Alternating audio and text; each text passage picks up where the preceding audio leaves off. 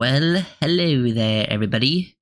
Just going live, going over more draft stuff, talking different draft scenarios, like pretty much like the first three rounds, like different ways things can play out, and just talking prospects, things like that. Um, yeah, let people get in here, and we'll start going through some different things. I haven't streamed in at least a few days, so this should be nice to catch up on. I've been watching some players. But I also wanted to talk about some different guys that I think are possible at 13 that we haven't talked about too much. And I've kind of, got more around to watching them and be like, oh, they're pretty solid options as well. That we'll get into those guys. And I think also want to go through like by positions, because I think there's certain positions I think that are like must-haves. Like I think each, not every position, like the Dolphins have a lot of needs. Like they could add at every position, but not every position is like one of those must-have ones with how they're built. Like it'd be nice to add them all, but like you only have so many resources. So there's like the ones where we definitely need to add to, and then obviously free agency will change a lot of different stuff. But like, let's see, let's make sure I'm good. Yeah, I'm live. Cool. I think we're not. I haven't dropped any frames. That's always nice to see. I guess to start out, I think I've been asked, a lot usually what my favorite option at 13 would be. So I think I've been thinking about it, I've kind of gone back and forth on some players. And it's obviously still early in the process, but I think out of like the most realistic options at 13, at least. Like obviously there's players that you would take over who I'm about to say, like, Hunter or Carter or Mason Graham or Tet McMillan, but I don't think those are necessarily realistic. It's not impossible, but I'm thinking of the most realistic, and this player might be gone too, is Tyler Warren. I really do feel like Tyler Warren might be the most one of the more impactful players you get at 13 with how he would impact your offense from both your running game and your passing game. And I think the reason I think he would impact the running game just as much as getting a good guard would at that spot is one, the O-line class. I don't love it. I think getting a free agent guard and then pairing a guard on day 2 somewhere would possibly work out better and have a similar level impact to taking a guard in day 1. I think it's really hard to find a wide tight end. I think it's really hard to find a wide tight end that is a complete player that can block and be an impact as a receiving in the receiving game. Like he's obviously, he can get open, he can make contested catches, he's good after the catch. He's also just like super physical. And I think he would impact your team all around. He would, kind of change your identity as well. Because if you really look at the team last year, when Austin Jackson went down is really when your run game started to hurt. Like when you had Austin Jackson, you actually could still run the ball, even with bad guard play and some bad tight end play. So I think if Austin Jackson could stay healthy, you get a tight end next to him on like attached to play side outside zone runs that can run block. I feel like that could be even more impactful for this team specifically than maybe having just a higher end guard. But you can still fill guard at different spots. Obviously, it's just one pick. You still have free agency. I just think Warren could potentially be that guy. I'm more and more interested in a trade back. I feel 13 is becoming valuable. I've now seen multiple draft trade at 18 or Broncos at 20, pick up a second. Yeah, but I think 13, it's a weird spot because it's one of those ones where like I've seen a lot of teams, from what I've heard, is like the 20 to 60 range is where teams are really valuing players. 13 might be at the end of that spot in the first round, like where most teams won't even have first round graded players left anymore. But if a team that is in that like 18 to 20 range does have a first round graded player left on the board at 13, that's when 13 can become valuable. So I think it could go both ways. As I've talked about, I'm not against trading back, especially into that range, because I think that's where the strength of the draft is. But I am like, I've talked about, I have a big board here. I have a draft stack. I guess I can show it a little bit. It's not fully, this is just kind of like the first stage of it. And there's some around. But like here, we got the sort of first round graded players. I gotta get rid of that. But first round graded players, just a handful. Some of these guys are on the edge. And the guys that are highlighted in red are like the guys that were injured or have like an injury. Second round graded players I have a lot, and then some third round graded players. Some guys are on the edge and I might bump them down or bump them up depending, and I still am kind of figuring out certain players that I haven't listed yet. But definitely in, kind of start to this that I wanted to talk about. I'm going to get rid of that. Boom. F11.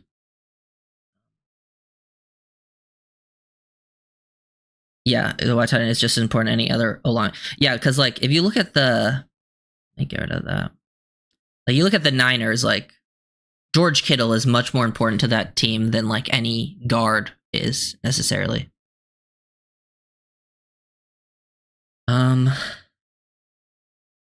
Yeah, like, and I think when you look at when the Jackson injury happened, it just affected everyone down the line. So, like, obviously injuries happen, and that's why I could see them potentially taking one of these guys that's a tackle that can also play guard early on too, like Armand Membo, the Missouri guy. He plays right tackle.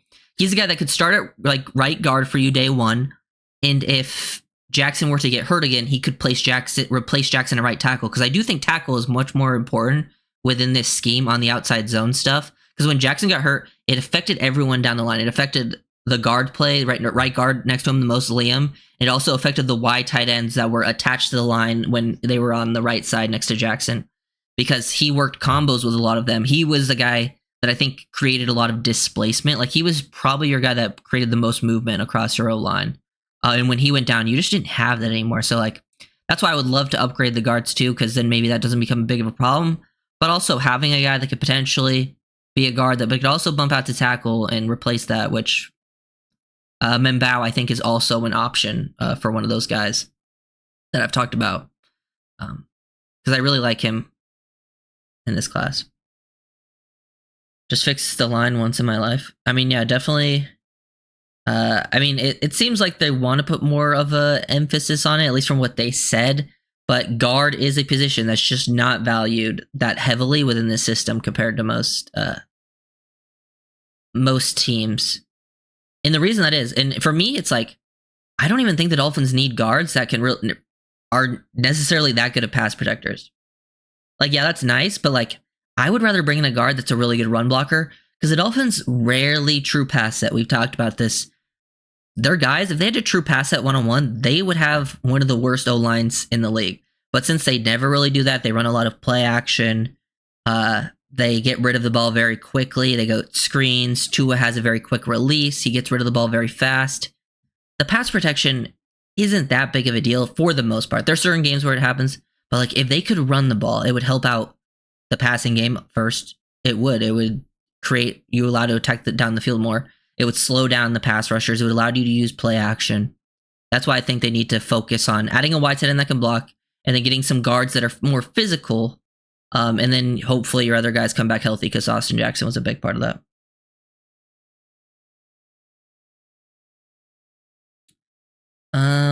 Just trade Tyreek for picks and throw Eichenberg in as a package deal. I mean, I would be down to trade Tyreek. I mean, Liam is a free agent, so you're not trading him. He's just gone anyways if you want him to go.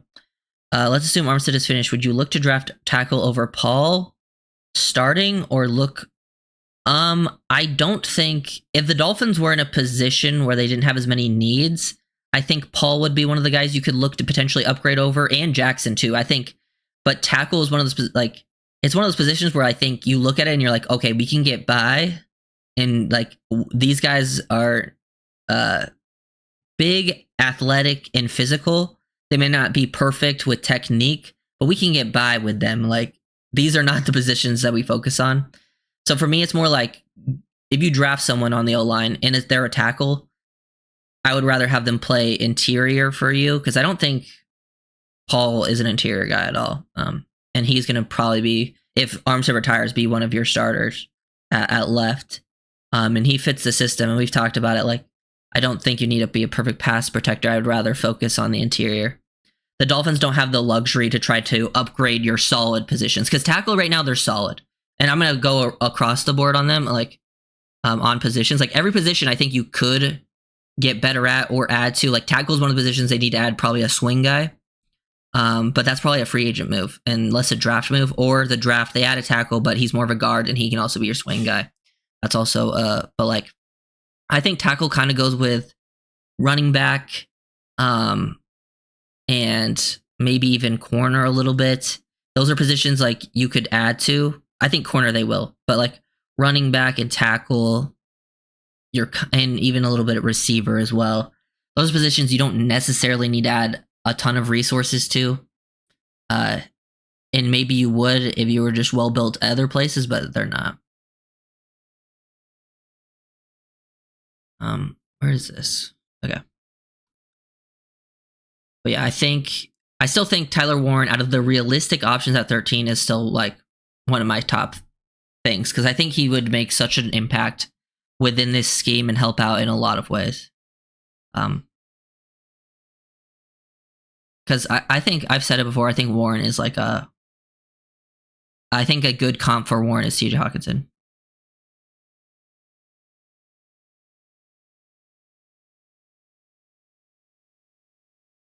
Like to see.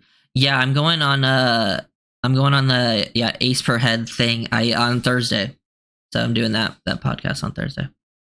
Yeah, when I get asked, I do it. So I've gone on some other people's podcasts. I haven't gotten asked a whole ton, but if people hit me up, I'll definitely go on some other people's stuff. Texans trade Tunsil to Dolphins for Pat Pawn picks. Yeah, I don't think the Dolphins necessarily need to do that. I don't know. I don't think the Dolphins should make any big name trades, personally. I think that's something they've done in the past. I think they need to focus more on building the core of this team. They got enough big names, and I think they should even trade away some of the big name guys. I don't think they need to spend their resources trading. Like, I know people like Myles Garrett and Cooper Kupp are available from their posts or whatever, but I don't think the Dolphins should be anywhere involved with that stuff either, unless it was for some reason super cheap, but I don't think it will be. Same with Tunsil. I don't think they necessarily need to. Tackle is not one of the positions that super worries me because of the scheme, because of how they pass it. And I think I just want some tackles that are good movers and physical, and they have that in the running game. I do think Paul needs to take a jump for me to feel really comfortable with him, but Jackson took a jump. But yeah. Why are people already giving up on Patrick Paul? I don't think they're necessarily giving up on Paul. I think they were just asking questions, just kind of feeling it out. Because I was never the biggest Paul fan coming out of the draft. But this tackle class is pretty weak, especially compared to last year's tackle class. I think that's a reason the Dolphins took Paul last year. Who would you rather, Devin Neal or Cam Scadaba? Oh, sorry. Oh, you're not a Dolphins fan? Texans trade Tunsil. Are you a Texans fan? Would you rather have Devin Neal or Cam Scadaba? If we're talking just me as personally, I think I'm going to have Devin Neal graded a little bit higher. But if you were talking just Dolphins, I would probably lean Scadaba because I think he kind of fits what you need more, what you're kind of missing. But I just like Neal more as like an overall player.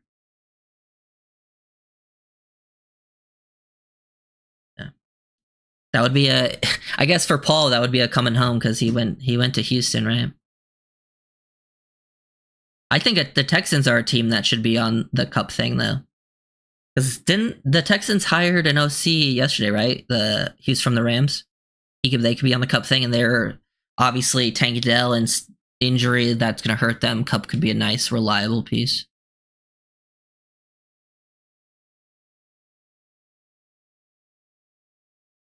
What tackles in this class do you say are OT only, and we should not focus on as we want to? Yeah, I think the OT only kind of guys, the ones that I don't see playing guard, is Josh Simmons, the Ohio State kid. He's really good though. Josh Simmons. He has the knee injury, so there's a decent chance he'll be there at 13. I think if he was healthy, he'd be gone. He's a really good player, but I do see him more as a tackle-only guy. I'm sure he could potentially play guard, but like I feel like there would be a pretty big drop-off for him. I think Banks and Campbell are two guys that can play both. It might even be better at guard than tackle. Armand Membo is another guy that I think can play tackle and guard, but I would lean tackle. Connerly, the Oregon kid, I think his tackle is more of a tackle. I think he's like one of the more pure tackles in this class. I don't really see him playing guard. Kind of same thing with Ursary too, the Minnesota kid. I think he's more of a tackle as well. He's one that I guess I could see playing guard, but I don't think that would be the best sort of way. And then there's some other guys, like the big guys, like Ozzy Trapillo. I think he's Boston College. He's a tackle. Carson Vincent, the Alabama A&M kid, is a tackle. And then there's people that can play both, like Donovan Jackson, Anthony Belton, Marcus Bowe, Jonah Savanina, but he's more of a guard, in my opinion. Is Armstead retiring? We don't know for sure, but it feels like it's leaning that way.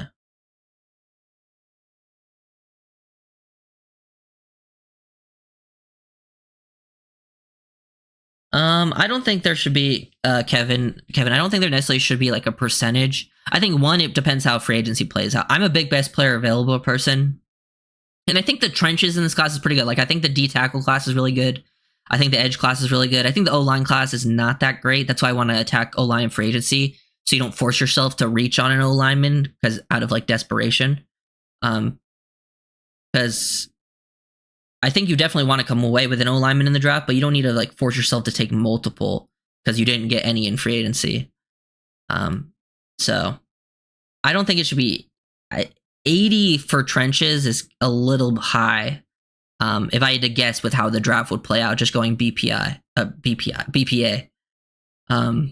I do think getting a D tackle, and then day 3 could go in any direction. Really, I like day 3. Like I don't think running back's a huge need for the Dolphins. I think if they fix their O line and blocking tight end, running backs will be just fine. Like I'm gonna make a video on Jalen Wright soon, where I think Jalen Wright and Achane can get the job done. We saw the Dolphins be the best rushing team in 2023 with just Achane and Mostert, pretty much.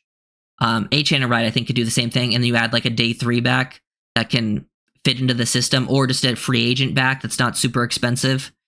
They can get done if the blocking is fine. They just couldn't block last year once Jackson went down. So, I don't know. I would like to add in the draft. I think at least one guard, probably like a later round tackle. So like 2 O linemen probably in the draft, with also at getting some in free agency.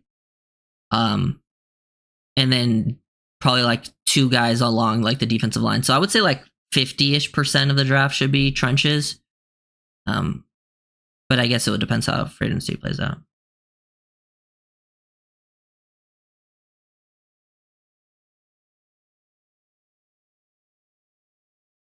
I mean, if the Dolphins wanted to go right tackle and they didn't trust AJ, you would take Armand Membo, the Missouri kid. And he would be like, he's probably a player that's going to go around 13. He might be gone too. And I think he could also play guard for you, which I think he would. If the Dolphins drafted him, he would probably play guard early on. And then if Jackson got hurt, then he could slide in and be your right tackle. So I do think that could be a good pick, just because he can, one, start for you right away with Jackson being there, and if Jackson does get hurt, you pick someone up.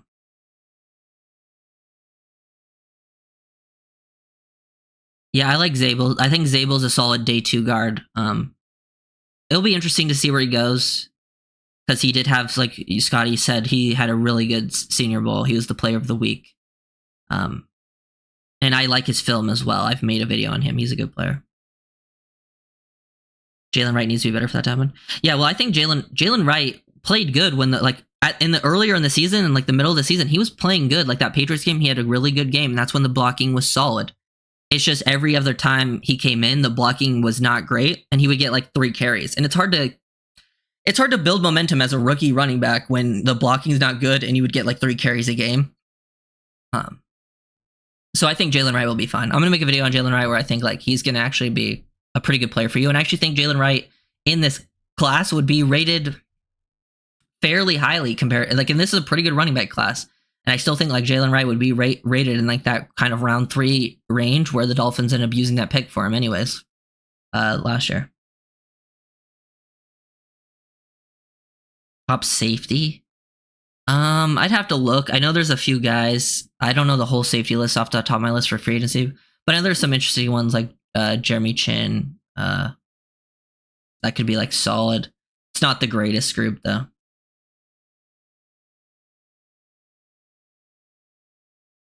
Damian Martinez. He's not bad for Miami. He is the type of back I'm looking for though, like a bigger body, can run with some power. The only problem with some of the bigger body guys like Martinez is they're just not the most explosive, and I really value explosiveness. So like that's why I want someone who can. It's just it's hard to find those guys that naturally have those traits. That's why Jalen Wright, like he has some size to him and has some power, and he's also very explosive. That's why I think he'll be fun.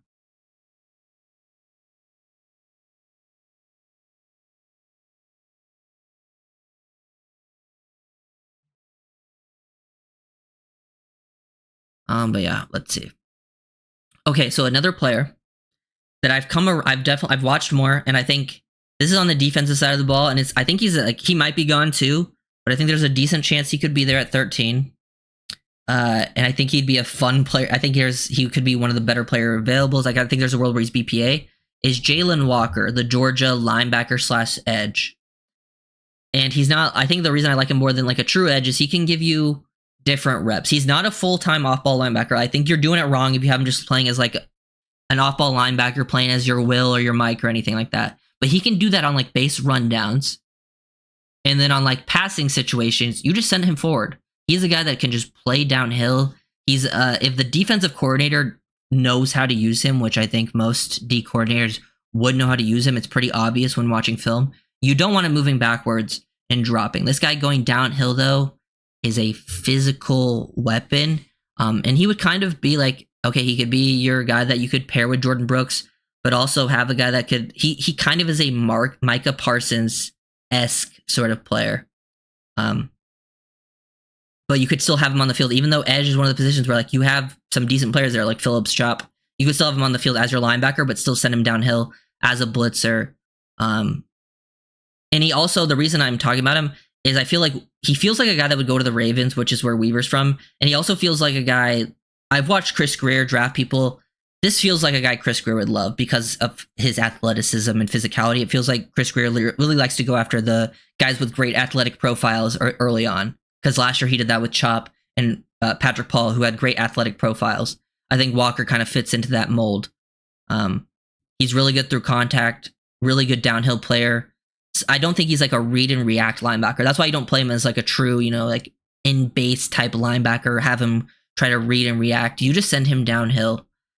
Great play strength. He can get it. Like he can win off the edge versus tackles. You get like with power and length and bull rushing people.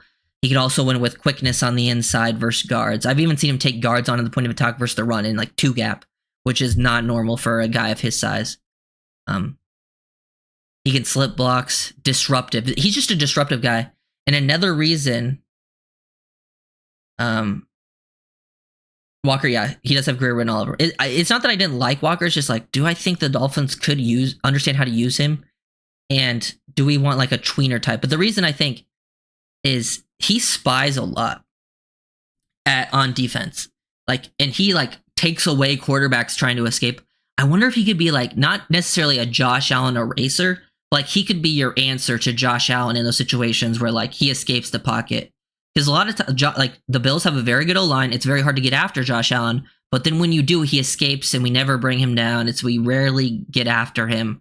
I wonder if Walker can be that guy that you're just like, hey, Walker, you have the size and athleticism to actually go after Josh Allen. Not many players have a lot of players have the athleticism to get after him, but they're usually smaller and Josh Allen can break the tackles. But Walker has that speed and size. I wonder if he can be a guy that can potentially match him, and he's obviously the biggest threat the Dolphins have in that division. He'd be a fun player, I think. At 13, just considering because I think it's good value for Walker. I think 13 in this class is a pretty good value. He might go before then. He might be gone. I wouldn't be surprised if he's gone. But I think out of the defensive side of the ball, because I don't necessarily think taking a true edge defender is the biggest impact year one the Dolphins could have, because they would probably be part of the rotation. Like they want to take Stewart or something. I don't think Stewart's a bad player either at that spot. But I think Walker would be able to be on the field more and make more of an impact down to down.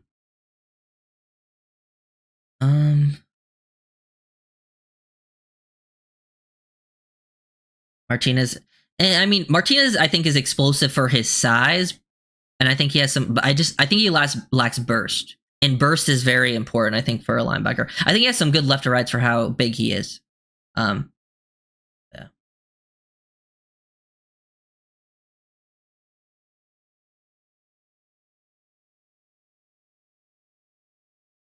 What have I missed? I was just talking about Jalen Walker recently, and we talked about some. I've said Tyler Warren's one of my favorite realistic options at 13. He might be my favorite realistic options because I think of the impact he can have.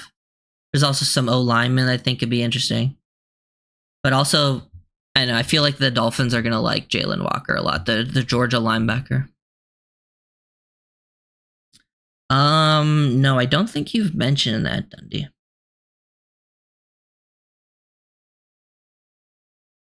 No, the reason why I'm saying we draft Series is because I believe we're going to cut both.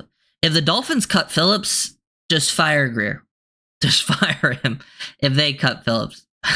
They might not re-sign him after his contract's up, but if they cut him, I don't know what the fuck they're doing.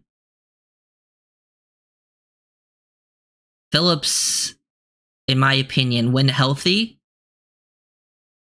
is arguably, I'm not going to say for sure, but when healthy, I think arguably he's the best player on the defense. I think he was in 2023 when he played before that Achilles. I think he was the most impactful player on the defense.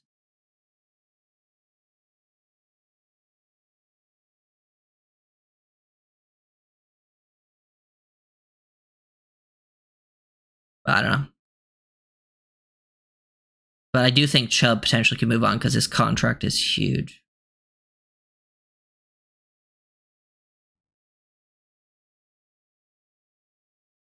Yeah. Yeah, I mean, I like the idea, Don, from trading down 13 into the 20s because I do think that's where the most value in the draft is. But if other teams feel the same way, you know, like why would they want to trade up? The only way that happens is if it just like the perfect scenario falls and a team in the 20s really likes someone at 13 and they offer that. So if that is an offer, then I think the Dolphins have to consider that. But the only thing is that might not ever even get offered.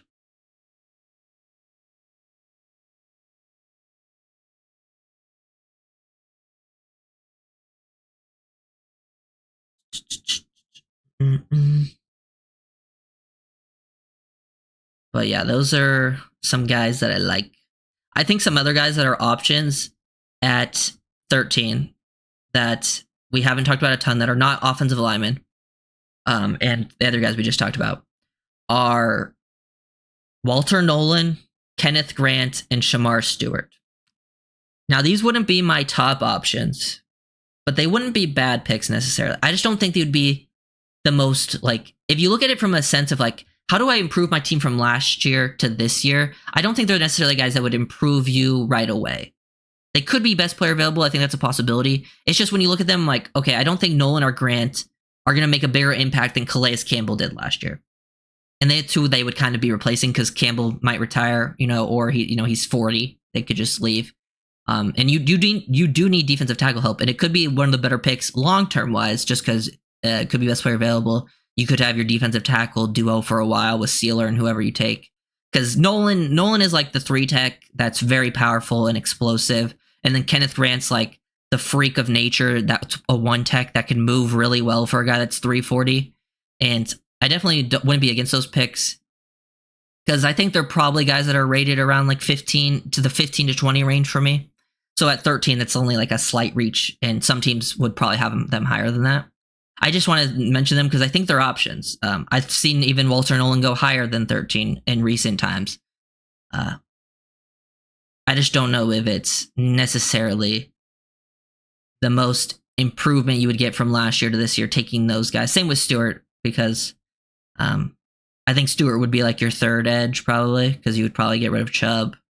But he could be a really impactful player in the future. He could also, though, he's big enough to potentially even play on the interior at certain downs. But yeah. Where do you think Darius Alexander? I think Alexander's going to go day 2.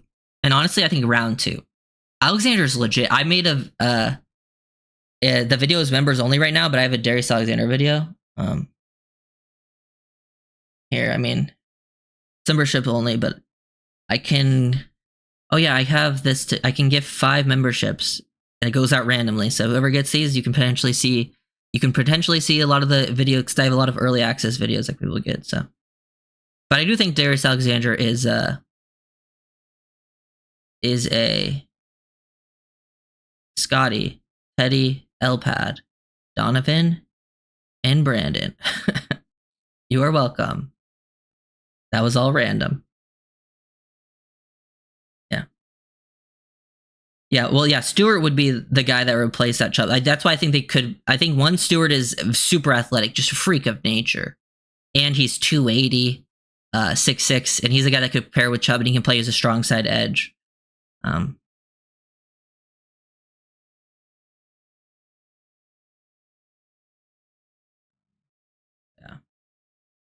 But I think Darius Alexander's legit, man. He's really good. That's a D tackle I would love on day 2. I really like the D tackle class day 2. If you've seen my big board, I have a lot of D tackles in day 2. The only D tackle I have day 1 is Mason Graham. I don't have a lot of round 1 grades, so Mason Graham, but a lot of round 2 defensive tackles that are like really high, and a lot of them might go first round. Like I have Kenneth Grant, Walter Nolan, Tyleek Williams, a 1-tech from Ohio State, very good run defender. Same thing with Alfred Collins from Texas, another very good, powerful 1-tech run defender. Alexander's kind of the guy that's more of a 3-tech, can even play as a big edge, lengthy, very disruptive, explosive, but can also hold his own versus the run. Because that's the kind of difference with Tyleek and Collins are more of your 1-techs that can really hold their own against the run. But Alexander's also pretty powerful, can hold his own, but I think is even more of an impactful pass rusher at this point than some of those guys. Ryder, where do you look at Barrett Carter, the linebacker? I don't know. Carter's weird because I feel like Carter will be a special teams guy early on. And that might be what he only is, because I do think he's a later round prospect, very athletic. But I guess he's more of an off-ball linebacker that needs to develop his instincts, because he's not big enough to play as like an edge. He's more of like a will.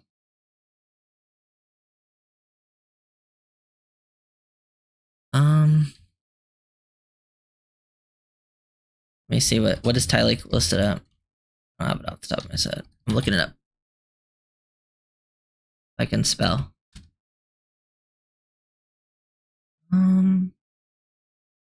It has him listed at 6'3", 327, so I don't think that's small. And I think he can play he can play 1 and 3.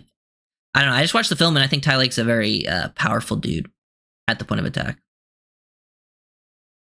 But the D tackle class is good. There's other guys that even talk about, like, I think Omar Norman Lott is a good like round 3 player from Tennessee if you want an explosive 3-tech.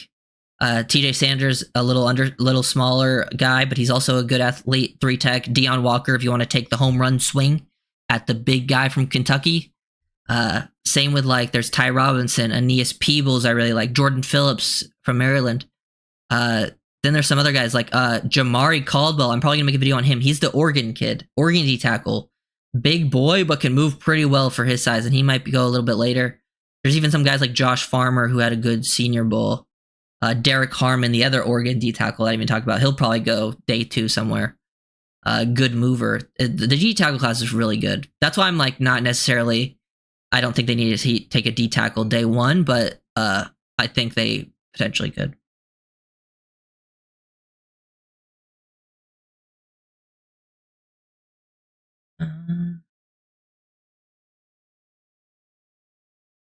Do you trust Greer to draft right?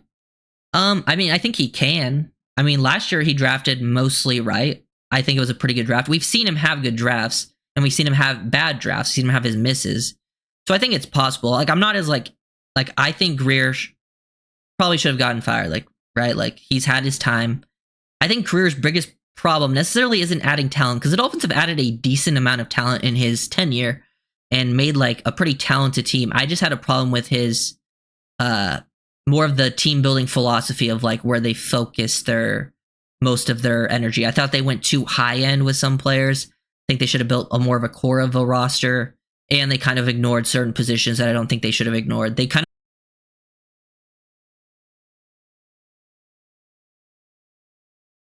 yeah. That's why, like, even though I really like Tyler Warren, the tight end class is deep. So if you don't go Tyler Warren, it is still one of those positions you can still go after on day 2, because we've talked about it. The class is great. I love the tight end class. One of the best I've seen.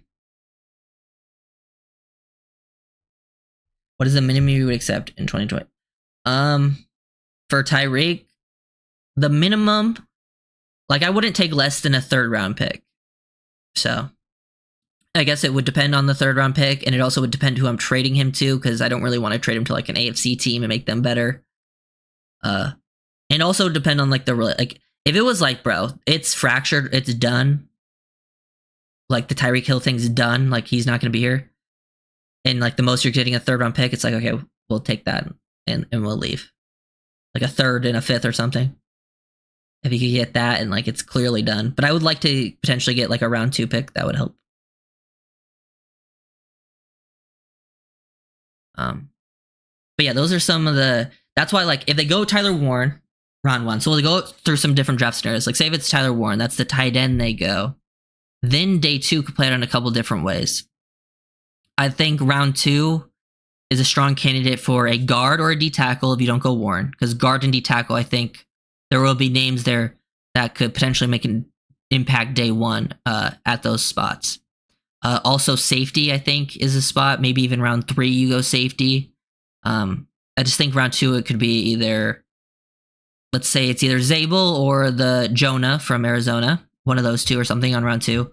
Or round 2 could also be like Alfred Collins if you wanted to fill up a 1 tech, that type of situation. Or if they wanted to go safety, they could go like Xavier Watts. But I think going probably like O-line, like say it was Tyler Warren and then Zabel. You would fix multiple spots. It would help you clearly upgrade at 2 spots. And it would make a whole bunch of a difference on the offensive side of the ball. Then you would probably have to, third round, hopefully go defense. Best player available would be there, whether that's D tackle. Maybe you get lucky and Darius Alexander falls, or you take Aeneas Peebles. Or somehow Andrew Makuba falls to you in the 3rd, which I think could be possible because sometimes teams undervalue small safeties. But then say maybe round 1 doesn't go Warren and you take an O-lineman. Say it's Armand Membo. Then round 2, then you could go tight end. And then you go like either Taylor or Helm. Or maybe those guys are more... I could see Helm going like round 3 as well. But say you go like Membo, Taylor. Those are some potential different draft scenarios.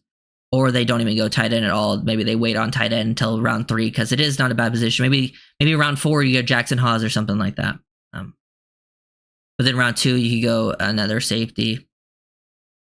Like Watts, Bakuba, Kevin Winston Jr. Those are some round 2 safeties that I have. I still think corner is a potential sleeper that they could go after because a lot of the top teams in the league have 3 good corners, and the Dolphins don't really have that. But I do think corner would be more of a trade back spot.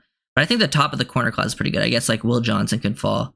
I have Jahdae Barron ranked higher than most. Siobhan Ravel's a really good player. Say we take Campbell or Membo in round 1, would you consider double dipping for Zabel?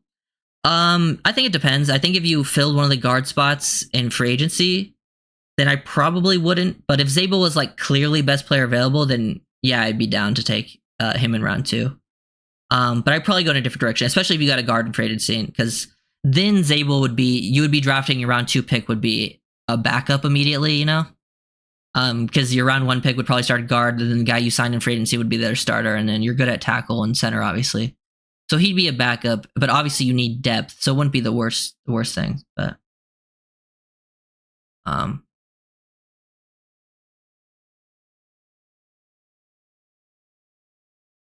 thoughts on X? Oh, shout out Caleb Daniels for the $5 donation. Yeah, thoughts on X or current underrated announcers for me? Dick Stockton and Sam Rosen were awesome. Yeah, I mean, I feel like as Dolphin fans, you always got to shout out Kevin Harlan. I feel like he just has so many of the best moments. And for the Dolphins, it was always a big two at a hill. So I love Kevin Harlan a lot. He's probably my favorite like announcer nowadays out of the current guys.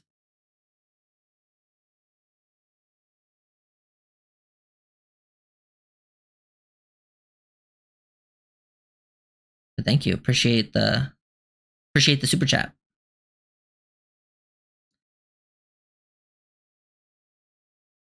The whole secondary has to tell. Gel, got you, Lon. Yeah, no, you definitely.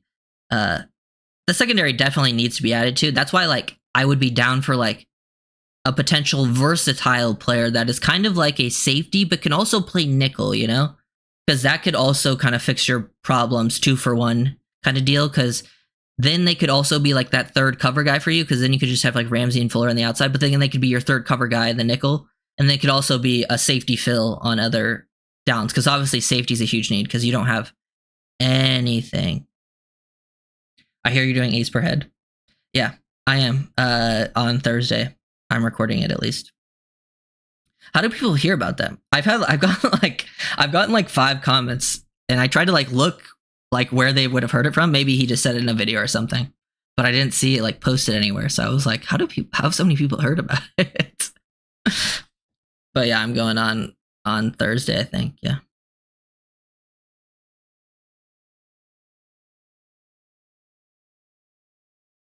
Yeah, that's definitely fair, Dundee. That's why like the whole, yeah, like 15% chance they don't value it. Yeah, I'm hoping they just, that's why I'm like, they might just not take it at all. They might ignore it. Okay, that makes sense. I think Curtis said, yeah, that's what I figured. It was just like in a video or something. That's why like the whole Tyler Warren or us taking an offensive lineman that's a guard in round 1. That's why I still think there's a decent chance it just doesn't happen, is because they don't value that position, at least in round 1. Because even in the past, when they've taken O-line, like look at Greer in the past, he's taken O-line in round 1, but typically they were tackles. And then in round 2, he's taken guards. He's taken Robert Hunt in round 2. So that's why I think guard is more likely as a round 2 option. And then tight end is a position that they might not see as premium, but maybe they have Warren as best player available and it just goes that way. And I also could see Warren going. Like I feel like the more mocks I've seen, the more Warren's going at like 7 or 8, which is kind of crazy, but it's not impossible.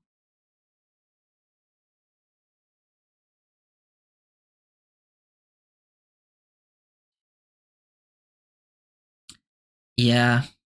Fuller is one of those. I think Fuller has a contract they could potentially move on from. I think he's one that could be a guy that maybe they potentially move on from. But I don't know. It's not like corner, they're in a great spot to just move on from someone like that. I do think Cater will be back because Cater's a restricted free agent. It's very easy to get those guys back on. And then Ramsey obviously will be an impact player, but we'll see how they use more Ramsey going into the, because Ramsey has so much versatility at it, and I think they wanted to use Ramsey all over the place. It's just they kept getting injuries with players like Fuller, and they had some injuries to their safeties. So I feel like they were trying to move Ramsey around, but they just kept having to leave him on the outside because they didn't have too many guys that could play out there.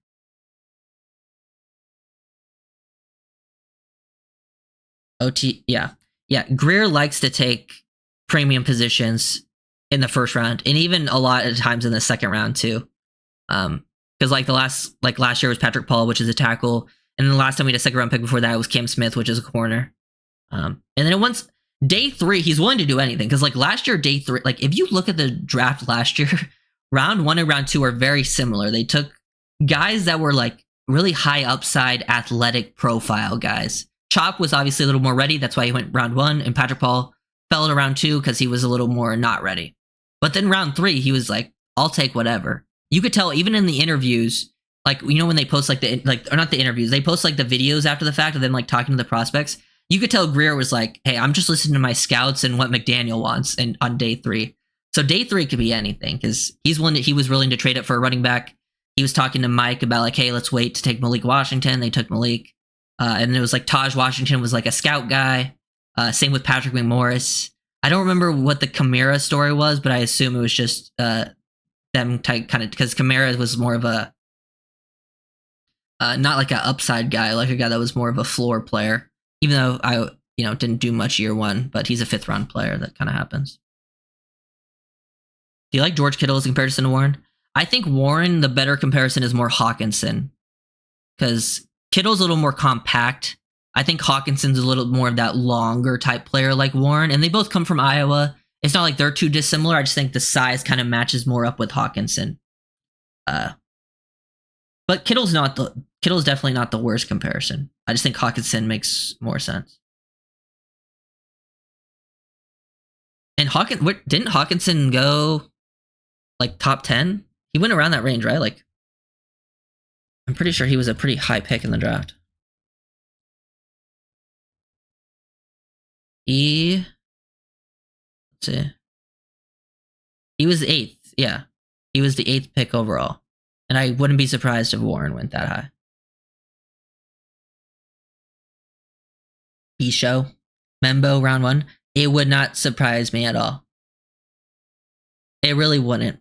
I really like Membo a lot, and I don't think he'd be that bad of a pick because, like we talked about with him, he would be a. I think he's a guy that can play tackle in the NFL, but he would be a guard for you early on. And if Austin Jackson got hurt, he would bump over and be your right tackle, and then you have someone else play guard because I think tackle is just more important in the system. But yeah, he'd be a good pick because I think I'm probably gonna have him rated around as like, I think the 13th to 15th ish range. I haven't done exact rankings yet, but I think he's going to be around there. So he'd be a pretty good, decent value.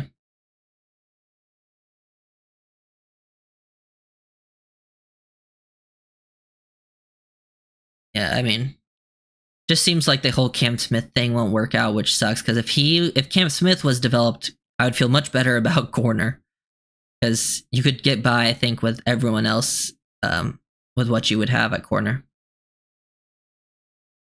But we'll see. I just think adding one more like top 3 guy into that room would do the trick. Because Ramsey can obviously get by with Fuller. We'll see with how that could, but I think Fuller could still be a solid starter. And I think having Kohu back would be good. But I think trying to have Kohu be like your 4th corner is a little bit better for him. And then I think the guys behind him, like you have some solid depth pieces, like with like Bonner. I think Bonner can be solid depth. But.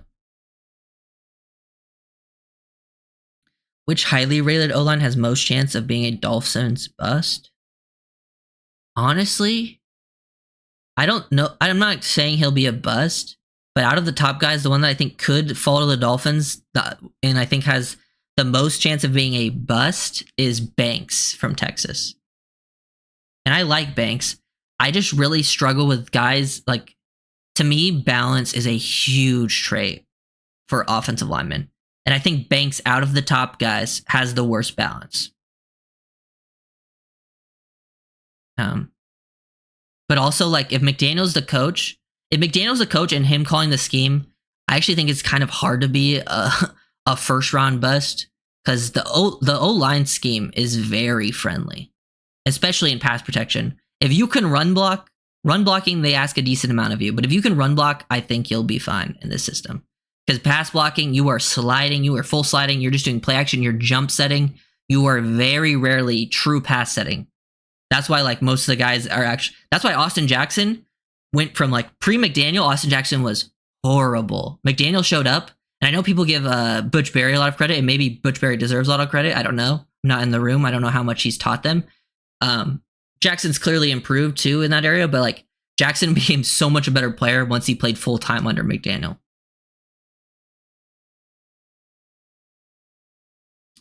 What's up, Phil?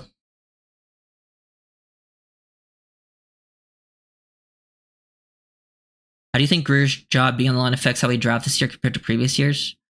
I think if it makes a difference, I'm not saying it will. I mean, it's tough to predict, but if it does make a difference, I think he will be more willing to take, like higher floor players. Because in the past, Greer has gone for like sometimes developmental guys.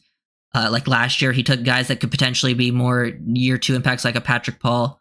But I think this year he might go for more like. Maybe the traits aren't as good as they usually go for, but like they're more like, hey, they can impact right away, because you kind of need that day 1 impact. And sometimes you don't always get that when you go for like pure traits. Oh yeah, thanks for the. Yeah, it was me. It gives me 10. It gives me 10 free memberships. I can gift 10 free memberships every month. And I just gifted 5, and it gifts it out randomly. So here, whoever gets the next 5, you get early access to all the draft videos and stuff. Let's see who gets it. Jimmy Butler's Butler, Mario Gonzalez, Alex Sabode, and Austin Poole. Oh, there you go. You think we'll grab a few free agent line guys before the draft? Maybe we won't need. Yeah. We'll definitely attack O-line in free agency. I don't know if it will be a few, but I think they're going to try to get at least one starting level guard in free agency. I'd be surprised if they did not try to get a starting level guard in free agency. Because you do not want to go into the draft needing two guards that you're trying to find like impact from right away. They might even go after both starting spots. Here's how I think it's going to play out. I think they're going to go after one of the guys like a Will Fries, not Trey Smith. It's going to be like a Will Fries or a James Daniels or Tevin Jenkins, someone like that. And then I think they're going to try to re-sign like Isaiah Wynn and Robert Jones. I think they'll let Liam go. That's my guess. Because I think Liam should be the one they let go. I think they'll try to bring back Wynn and Jones, more likely to compete, but more likely be depth guys. And then the other guard will be your starter. And then they'll draft someone who in like the second-ish round that will compete with like Wynn for a starting job. And then I think most likely the round 2 guy would win. But who knows? That's just kind of like how I see it playing out for the most part. Things could change slightly, but I think they have to bring in a starting level guard in free agency. If they don't, that position will be screwed again. Because you can't just it's very difficult to find 2 starting level guards in the draft unless you just it's just your first like 3 picks is guard.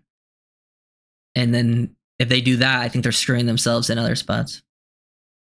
Yeah, James Daniels is a solid one because I think he's a good scheme fit, and I don't know what the price will be. It's always tough to predict price in free agency, but I don't know if it'll be too crazy. But yeah, I think the Dolphins, it's one of the guards, one of the positions they value the least. But I do think they realize like they need some guys that can create movement in the running game. So I'm hoping for some guards that can create movement and displace in the running game. Better run blockers than pass protectors is where I would lean.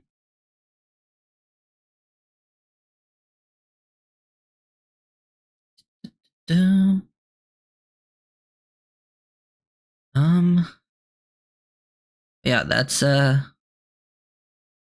some of the top options at those spots. I also wonder if someone will fall. Like, I wonder if someone like will fall that maybe is unexpected. Like, I don't know who it would be. Maybe like a Ted McMillan out of the top guys that could fall. And then you would have to heavily consider that. Bonner at safety. I'm not against Bonner working with the safety group. I actually think his skill set could fit safety too.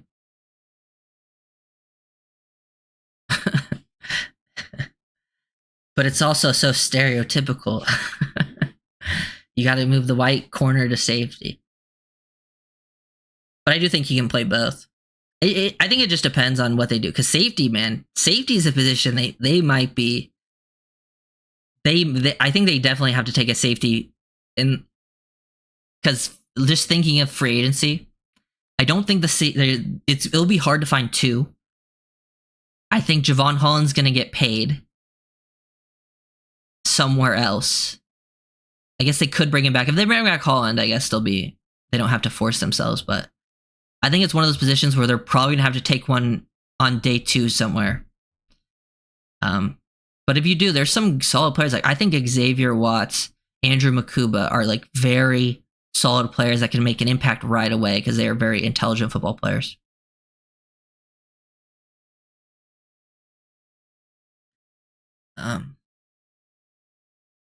And like in Malachi Starks too. Like I really like Malachi Starks. I just don't know if he's the best pick in round 1 for the Dolphins. I wouldn't be mad if he was the pick, but I don't think it will be my. I think I would rather go like Tyler Warren or even some of the offensive linemen before Starks.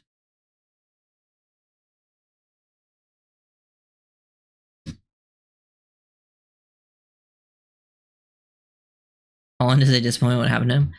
Yeah, I think sometimes players maybe just it could have been a new scheme thing. He's had to switch defenses like every season. Maybe it just wasn't the best fit for him, or he wasn't feeling it. Could have been usage, but it just felt like Holland was off. And sometimes players just have off seasons because he's, for the most part, throughout his career, I would say, is now what he's going into year 5. Like before this last year, he was playing good football. He was actually quite good the year before and his rookie season, but he just really just fell off the cliff this season. Can they tag Holland and trade for picks? I don't know. I don't know if they have the cap space to potentially like pull off the tag and trade, because you kind of need to have that extra cap space just in case no one wants to trade, that you then keep him.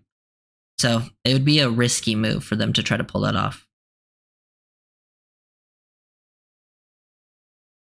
I think unless someone falls on the board, we should try to trade down. Yeah. I see a lot of people mentioning trade down. I am all for trading down, guys. It's just, it depends what you get offered at the end of the day. So that's the only thing when it comes to trading. You have to talk to another team, and sometimes they just offer you peanuts.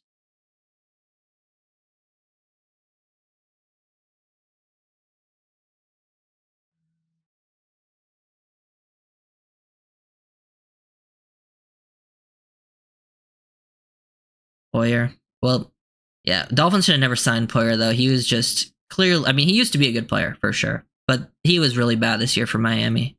The safety play was just really bad in general. Poyer, Holland, both bad.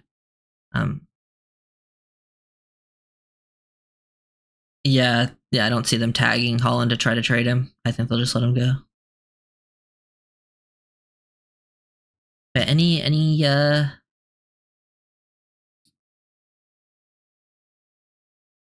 see. Any more draft questions? Anything specifically? I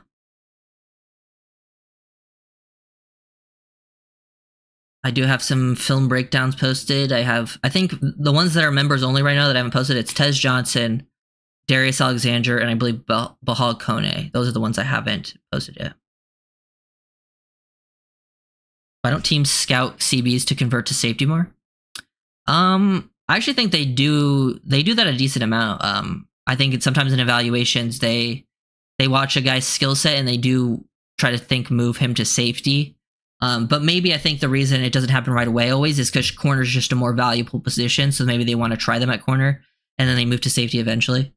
Like there's some players in this class. I think Darian Porter, the Iowa State guy, could potentially be a better safety at the next level than a corner. Yeah.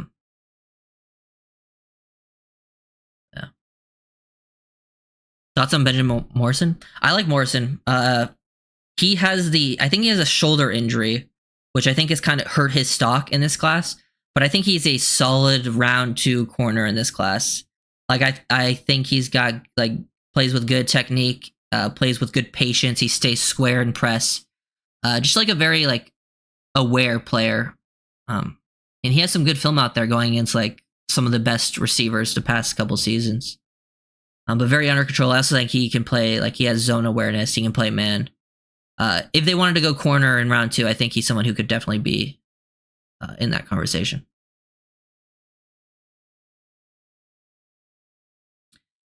I don't think Kohu is necessarily a safety, because I do think Kohu is at his most comfortable playing man-to-man in the nickel. Because if you look at the Dolphins, actually last year with Weaver, one of the most popular things they would do, like rotation-wise, is they would mix things up. So they would have the nickel, who was usually Kohu, drop to deep half, and then one of the other safety would come down and either play as like, and then they would play in like Tampa 2. And the safety would either drop down and be like the Mike in the Tampa 2, or he'd play as a hook defender. So I've seen Kohu have to play as a deep half safety. He doesn't necessarily look the most comfortable there. So I don't think his skill set would translate to safety super well. I think he feels more comfortable when he's near the line of scrimmage too, because like he's a big. Because Kohu, I think Kohu at his best is when he's near the line and he's like breaking up screens. Like I feel like he's a very good player versus screens and stuff. But yeah, and they tried, and he didn't like he is a nickel slot guy for sure. He was playing on the outside, not too bad last year, but the year before he really struggled on the outside. It's just not his. It should not be something he ever plays like a full game at. Like when he was playing full game on the outside, he would really struggle. Last year, he would sometimes play on the outside because they would put Ramsey in the nickel, and he did fine. because he didn't have to play every snap there. But he is a nickel corner, and I think as a nickel he can be a like decent option for you. But if you can upgrade, you should try to upgrade. We had a chance yet to check out Luke Condra. No, unfortunately, the where I get my all 22 from, they just don't have any Cincinnati O line all 22, so I just have no all 22 of him. I've seen clips though, and he looks interesting. Like I think he's a guy I would like. It's just I can't give a full opinion on him until I get the all 22. So, definitely hoping to be able to check him out because I want to get like all 22 on him. Jackson Slater, the Sacramento State guy, because I've saw him at the Senior Bowl. He looked good. Some of the smaller school guys like, Clay Webb. Because there definitely seems like there's some interesting potential day 3 guards that they could maybe throw a bone at. Check him out when he's at Louisville. I'll have to look at that. If it's some 2023 Phil. Who's your comp for T-Mac? I can't think of one. He's a weird height-weight combo. Yeah, he is kind of weird because I've seen people try to compare him like Mike Evans or Drake London, and he's not quite either of those guys. He's just like really long.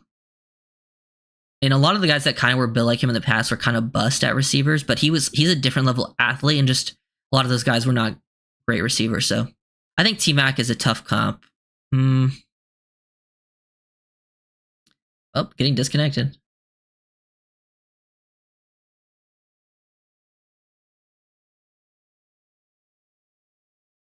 I expect a good year from Cater Dasky. Yeah, I think Cater, because of that, the season under Fangio, I think Kohu gets a lot of hate. But his rookie season as a UDFA was really good. The second year was not that good. But this past season under Weaver, I thought he looked pretty solid again. So I think for the most part, Kohu has definitely exceeded expectations. He's played a lot of snaps for a UDFA. So I don't know. I'm a Cater Kohu fan. Yeah, I'm hoping for a big step as well. I think that could be a huge boost, especially if we get him some weapons. I think, like we talked about Walker being a fun guy, but does Cup being shopped impact our ability to trade Tyreek? I doubt it. I don't think that makes too much of a difference. They're very different players. And I expect different teams. Like, it actually could even help because maybe if Cup gets traded first, then the teams that wanted Cup that are still looking for a receiver then could be like, okay, well, then let's go after Tyreek. So I don't think it should really impact that at all. Where around do you see your guy, Jacob Parrish, to go? Ooh. I have around, let me see. Right now I have Jacob Parrish at the top of round 3. So I have him as like a late round 2, early day round 3 guy. So I'm going to guess round 3. Just because I think smaller corners go a little later sometimes. And I just think he's a dog. So I'm going to guess round 3. Day 3, D tackle. There's a lot of them. I would say either like Aeneas Peebles, Jordan Phillips, Maryland, CJ West, Indiana, Jamari Caldwell, Oregon. And some of those guys could go day 2, but I think a lot of those guys will be seen as day 3. And they're all, Caldwell's like a one tech nose guy that has a dynamic first step for his size. I actually really like Caldwell. West is also a nice disruptive player. Same with Peebles.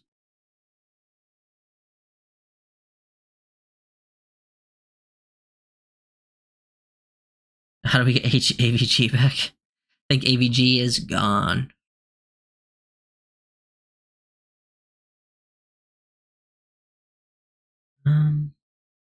Craziest scenarios for an unique trend-setting draft. Example. Oh. I mean, I don't know if they're gonna do any of that. But I guess going all trenches could be a possibility. Don't know if this would be the class to do it in.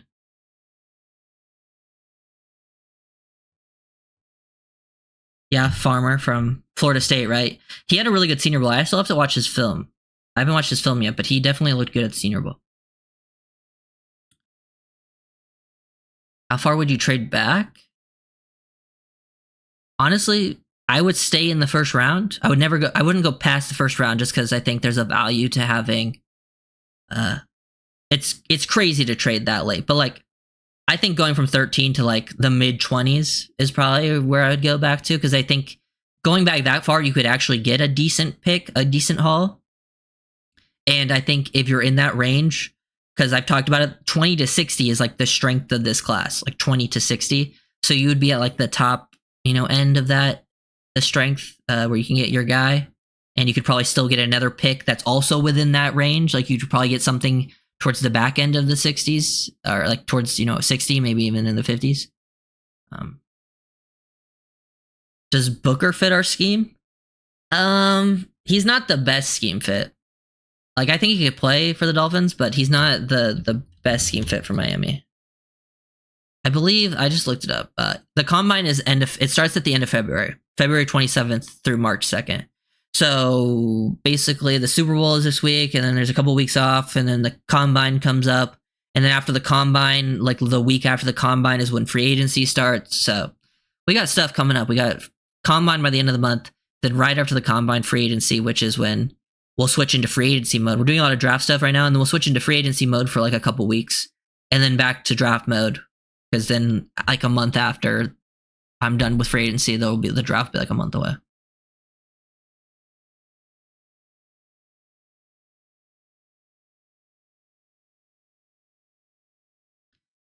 Yeah, I talked about some of the bigger backs. I think, yeah, Martinez is not a bad shout. I still need to watch all of them.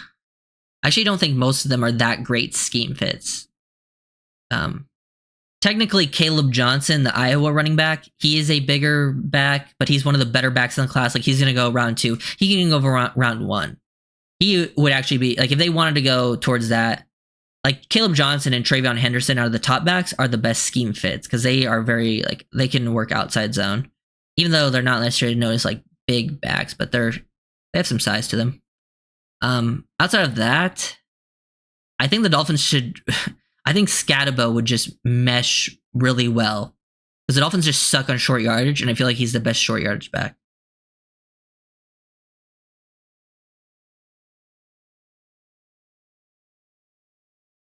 My God, I'm lagging. Rivers. Yeah, if Rivers is a day 3 pick, I would be down, but I don't like Rivers before that. I think he's more of like a depth guy, potentially in the draft, that maybe could develop into a starter.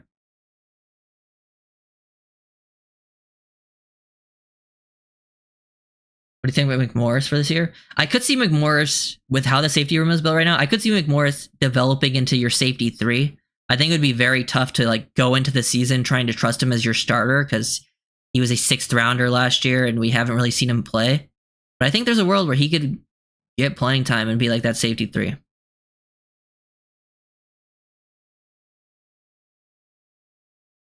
You think Greer will trade next year's pick since his job is on the line? It's definitely possible. But I don't know if they'll allow him, like, I don't think it will be like an overboard thing. Like, I think he could maybe trade like a pick, but I don't think it would be like him going crazy. I don't think Ross would want him mortgaging the future away. But who knows? I've seen him do crazy things. Are there any guys you think would rise or fall significantly? Ooh, based on the combine. I don't know.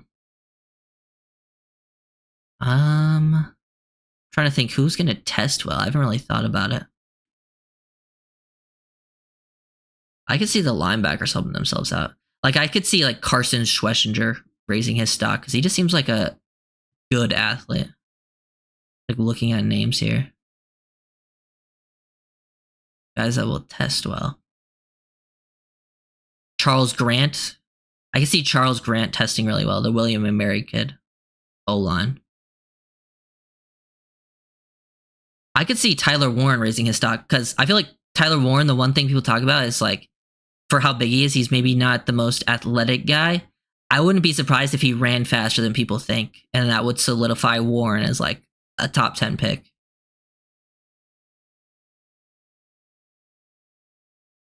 Mm-hmm.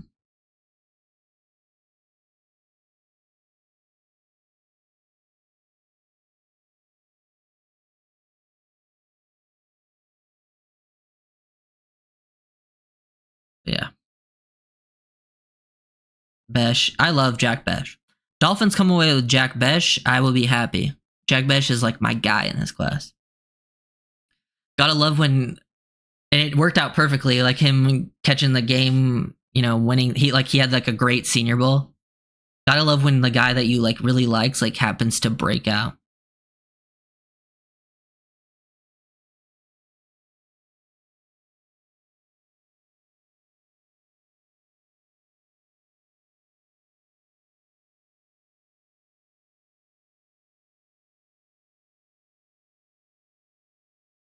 Okay. Oh.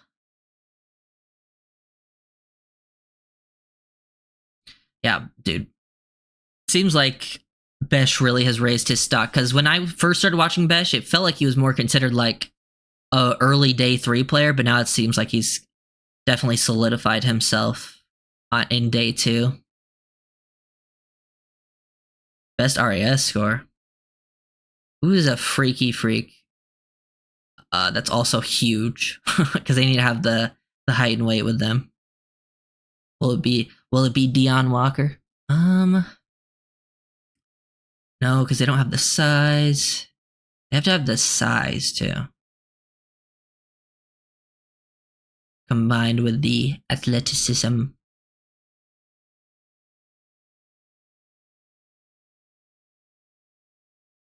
Oh, probably like Shamar Stewart.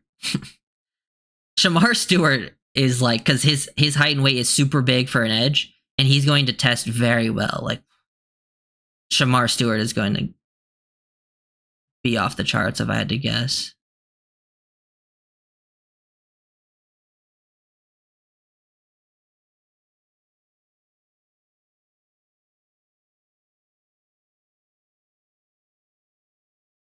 Yeah, because that's such a big part of RAS that I'm always like thinking like, oh, this guy's gonna test well, but then I'm like, oh yeah, they're not the biggest, so that hurts their RAS overall and brings them down.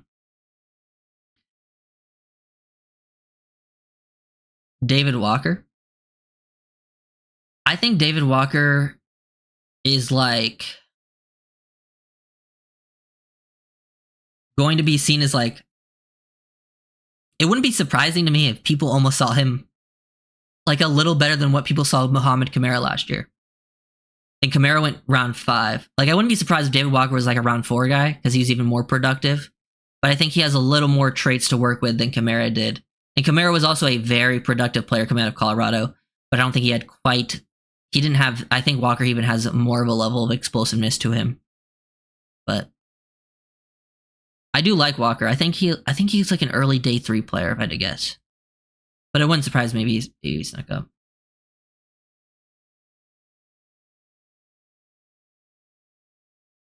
What do you think about Mariota as our backup? Yeah, I guess we haven't really talked about QB. To me, QB, just going position by position. QB is one position that like I would add in free agency. And honestly, I probably would just ignore in the draft. I don't like the class. And unless someone falls farther than expected, which rarely happens at QB, because QB is one of those positions where players go earlier than they should. And to me, when you get to day 3, it's like you should just take BPA. And QB is rarely BPA. Like I'm okay if they take a quarterback day 3. Like I don't care that much. But like they're rarely BPA. So I'm like, it's one of those positions I ignore. But free agency, I'm down to add. We should definitely need to add quarterbacks. And I don't think Mariota is the worst option. I haven't really watched Mariota play in a while. I think he played decent in his time backing up Daniels this year in Washington. So I guess there's worse options. And he's had some experience playing in some like, heavy play action offenses when he was in Tennessee. So I'm not against it. But I also feel like for the most part, most guys you add at quarterback in free agency are not going to be that good. It's hard enough to find a starter. Gun to the head, who are you picking period at 13? I'm going to say realistically Tyler Warren. That's probably who I would take. I just think impact-wise that he would make as a whole is the biggest out of realistic options. And you could easily have him be your starting tight end for the next 10 years. Garoppolo is another not a bad shout. Just I also don't really like Garoppolo as a player, but Garoppolo as a scheme fit is definitely probably the top scheme fit because he clearly knows how to play in the system, and he's won games in the system. McCord in the fourth, like if they did that, like I'm not gonna be mad. But like I mean, McCord is one of the better, I think, day 3 quarterbacks in the class. It's just I would rather wait. I think some of those quarterbacks might go later than people expect to. Sometimes day 3 quarterbacks just fall and like no one takes a quarterback. And then they'll be like, oh, now all the quarterbacks around 6 are gone. Warren over Jade at 13? Yeah. Even though I love Jade Barron. Jade Barron is one of my guys. I actually think both Warren and Jade will both go around that range. I think they'll both go like I think Barron will go I think Warren could be gone before us. And I think Barron will go like slightly after us.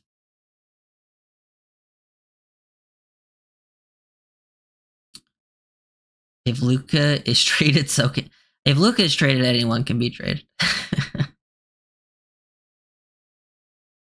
Yeah, Gronk and Hernandez. Why don't teams run? Yeah, this is kind of the draft to do it because I think the reason it hasn't really been sort of replicated that often is it's just usually tight end is one of the weaker positions in each draft class. This year, it's actually very strong. First time it's strong in a while.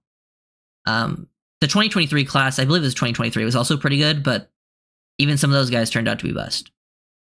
But this class has if you want to take 2 from this class, this has the potential to do it because like there's guys that do that can really complement each other. There's guys that are like true Ys that are inline guys like we've talked about, and there's guys that are like H-backs or they're the F tight ends, they're the move tight ends, they're the slot receivers like Harold Fannin or even Loveland is like a big slot. Aranda Gaston is your seam threat slot. That's basically a big receiver.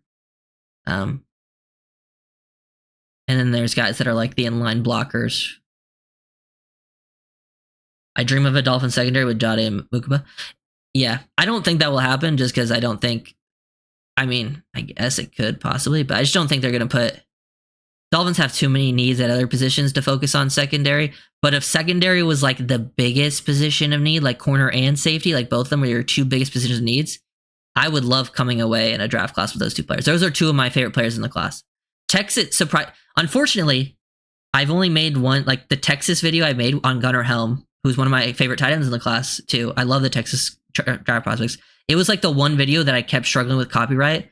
So it seems like Texas film really is getting copyrighted a bunch. So I'm like, dude, I want to make videos on these Texas players, but they just get copyrighted. So I'm just waiting until we get close to the draft to make like videos on Barron, Mukaba, Matthew Golden, another player I really like. Then there's like, they have the O-linemen that are there as well. They also have Alfred Collins. Alfred Collins is one of my favorite D tackles in the class. But I'm just going to wait on Texas players until we get close to the draft because I don't want to deal with copyright.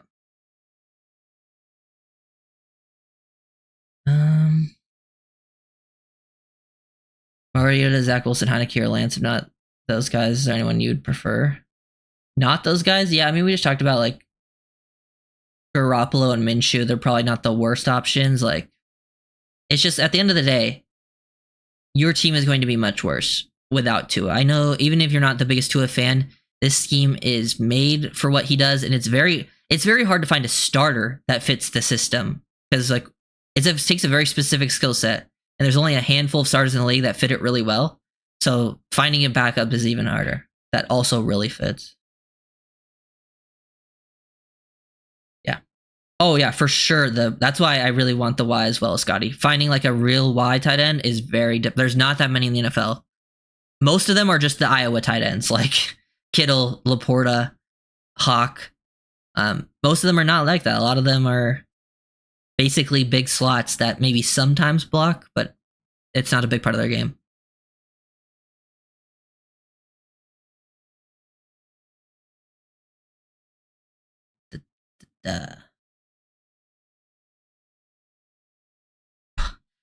And weirdly enough, the Iowa tight end this year is actually pretty good, but he's not much of a blocker.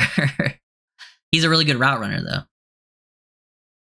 It was kind of the same last year, though. Like Eric All was not the greatest blocker either, but I think He got injured for the Bengals, but he was making a decent impact for them before he got injured. I wish Elijah Arroyo could block, because Elijah Arroyo has the size to potentially block, but he's not a blocker either. I was watching his film. He is definitely one of the best weapons in this class, though, as like a receiver. Like his movement skills at his size are very impressive.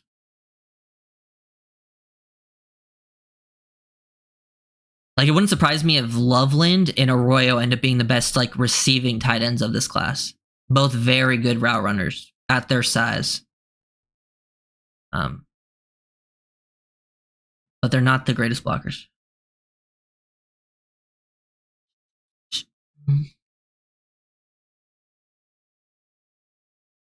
Very particular.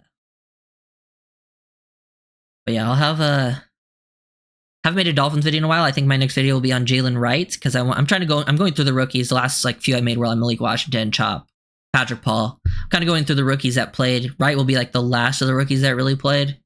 Because there was a stretch where Wright was playing pretty well and then slowed down. But I think that was kind of the thing with most of the running backs. They slowed down once Jackson went down because they literally couldn't run block.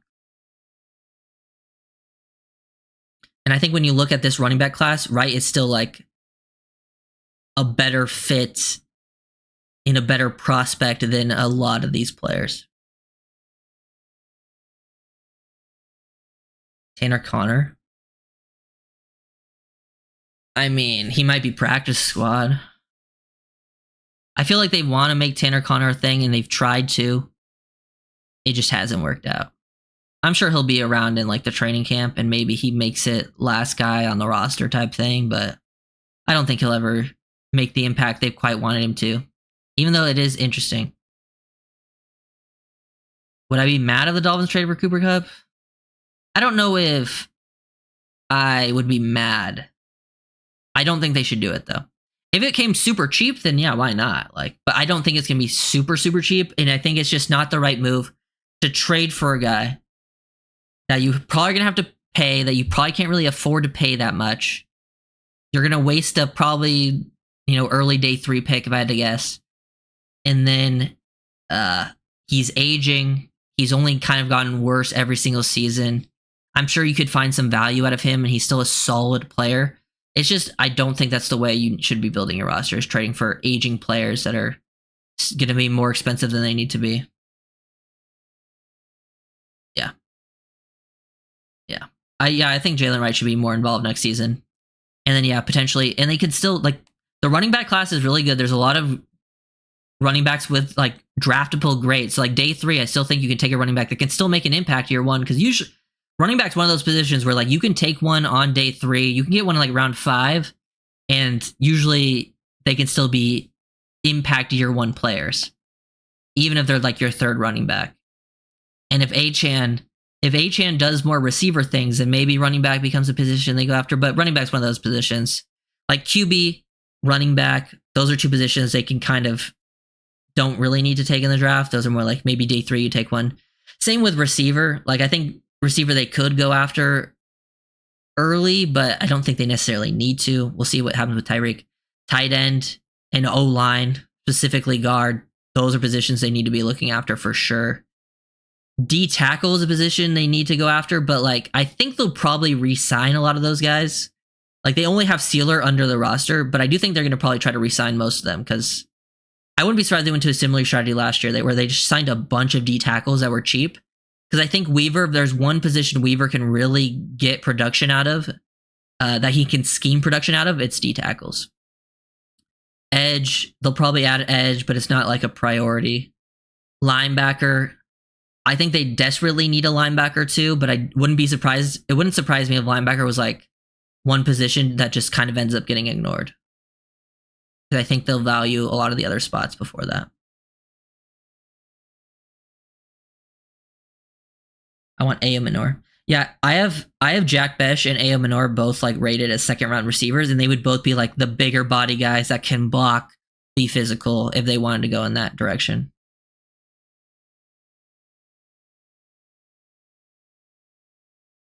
Julian Hill busted project too. Yeah, I mean, it's definitely I wouldn't call them busted projects like Julian Hill and Tanner Connor because they were both UDFAs. They were just projects that didn't work out as UDFAs, and that's typically what happens. Like I would say it was a busted project if they were like guys you took on like day 2 or something of the draft, but that was, they haven't really worked out. But that's pretty much to be expected when you add tight ends as UDFAs.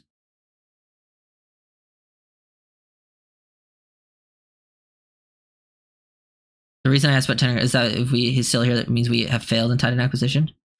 Yeah, I mean, I guess there's a world though where like it could be Jonnu, a tight end they drafted early, and then like some other tight end, and then they could have Connor as like your 4th, because last year they kept 4 tight ends. So I guess Connor could be your 4th, and they still added people, but I don't think that's likely.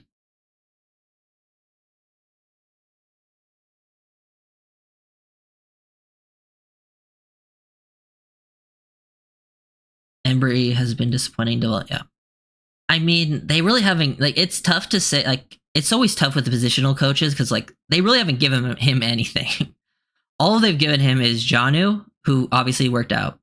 He started off with Durham Smythe, and then all they've given him is UDFAs.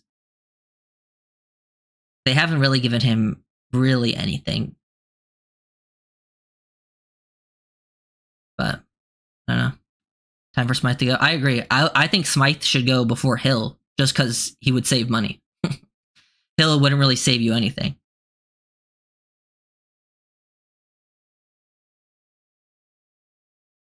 But I think potentially both should go. That's why, like, in this class, I'm not against taking 2 tight ends. You take one early, and then on day 3, one of those tight ends that falls a little farther than they should because the class is so good, you take a second tight end that can be a part of your room.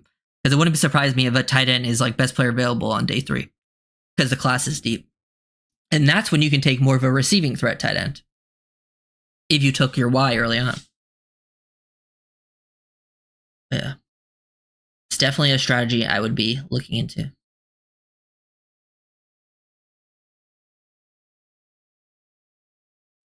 But yeah, kind of all I wanted to talk about today. Thank you guys for watching.